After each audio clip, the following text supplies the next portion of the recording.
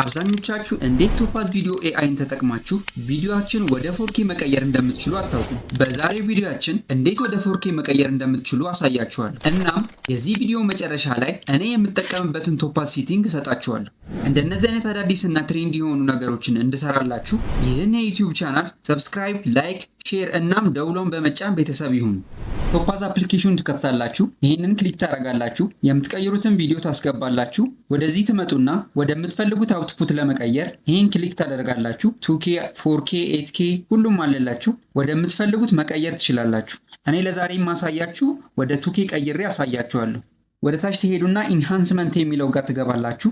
ፓራሜትር የሚለው ጋር ትመጣላችሁ። አውቶ የሚለውን ወደ ማኑዋል ትቀይሩታላችሁ። ልክ እንደዚህ ሲመጣላችሁ ይህን ሴቲንግ ታስገባላችሁ፣ ልክ እኔ እንደማደርገው። ከዛ ወደ ታች ትመጡና ከነ ድምፁ እንዲያወጣላችሁ አውቶ የነበረውን ወደ ኮፒ ትቀይሩታላችሁ። ከዛ ኤክስፖርታስ የሚለውን ክሊክ ታደርጋላችሁ። የምትፈልጉትን ስም ትሰጡና ሴቭ ትሉታላችሁ። ትንሽ ከቆየ በኋላ እንደዚህ ይመጣላችኋል።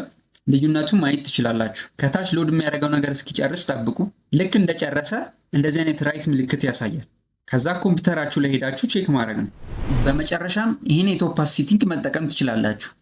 ይሄ ቪዲዮ ለሁሉም እንዲዳረስ ላይክ፣ ሼር፣ ኮሜንት አድርጉ። ይመቻችሁ።